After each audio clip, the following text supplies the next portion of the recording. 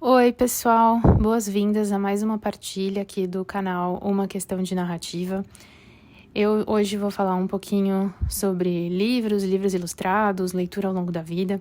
Se você está chegando por aqui agora, eu te convido a conhecer um pouco mais das nossas partilhas anteriores e, se isso ressoar por aí, seguir o canal. E se você já acompanha e gosta desse assunto, deixa o seu joinha. Se quiser esperar até o final do vídeo, tudo bem, só não vai esquecer. E aproveita também para compartilhar com outras pessoas da sua rede que você sente que podem se conectar com esse tipo de conteúdo também. Hoje eu vou comentar em cima de um tema que circulou bastante pelas minhas redes e, enfim, mensagens e notícias que chegaram por aqui nos últimos dias. Quando eu tô gravando,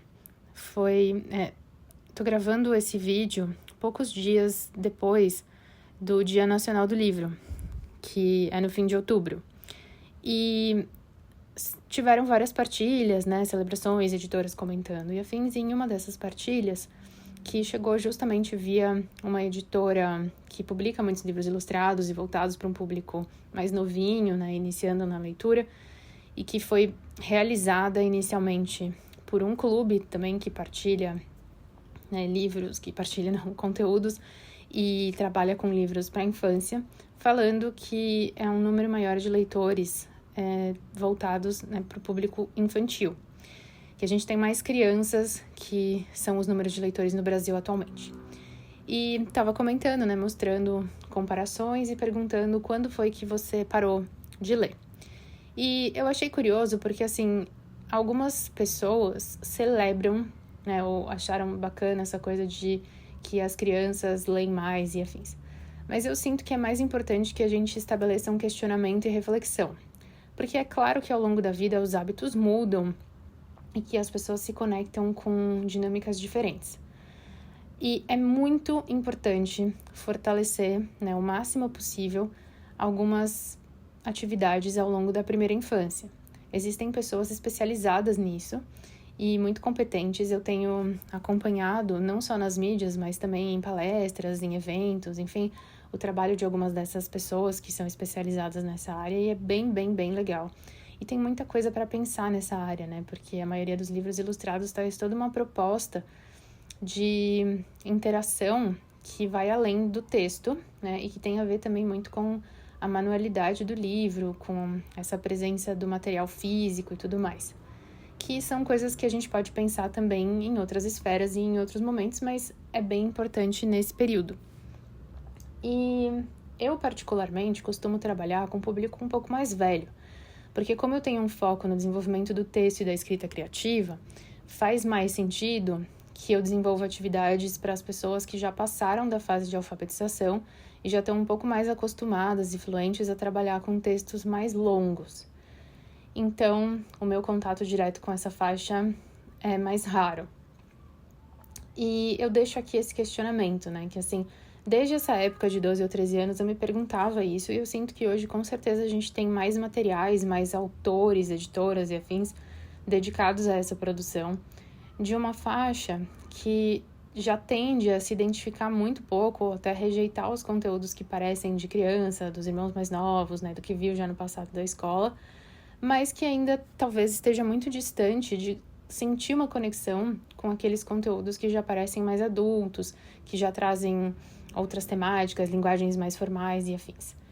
E como que a gente atende isso, né, para evitar que exista uma lacuna que pode gerar um distanciamento a longo prazo, né?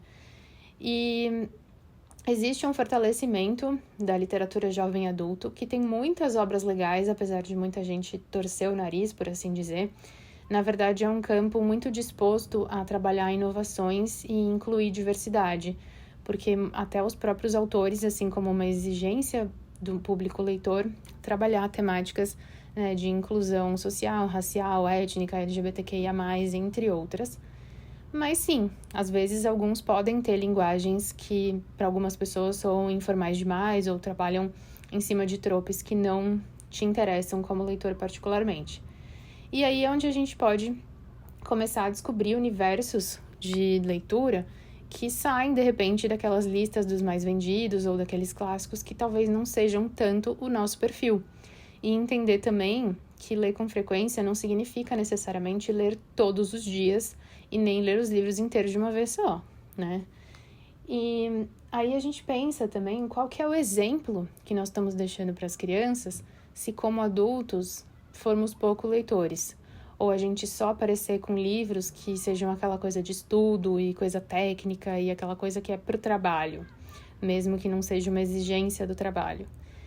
E se o que a gente está esperando dessa leitura na infância é associar um livro com um brinquedo, né, que é uma experiência totalmente diferente do mergulho no universo da leitura, de um livro que é só puramente algo para você manusear e puxar algumas coisinhas e é isso aí, ou se ele está sendo basicamente um treino para depois leituras que levem a provas de múltipla escolha e a se acostumar com algum ambiente de trabalho ou de estudo universitário.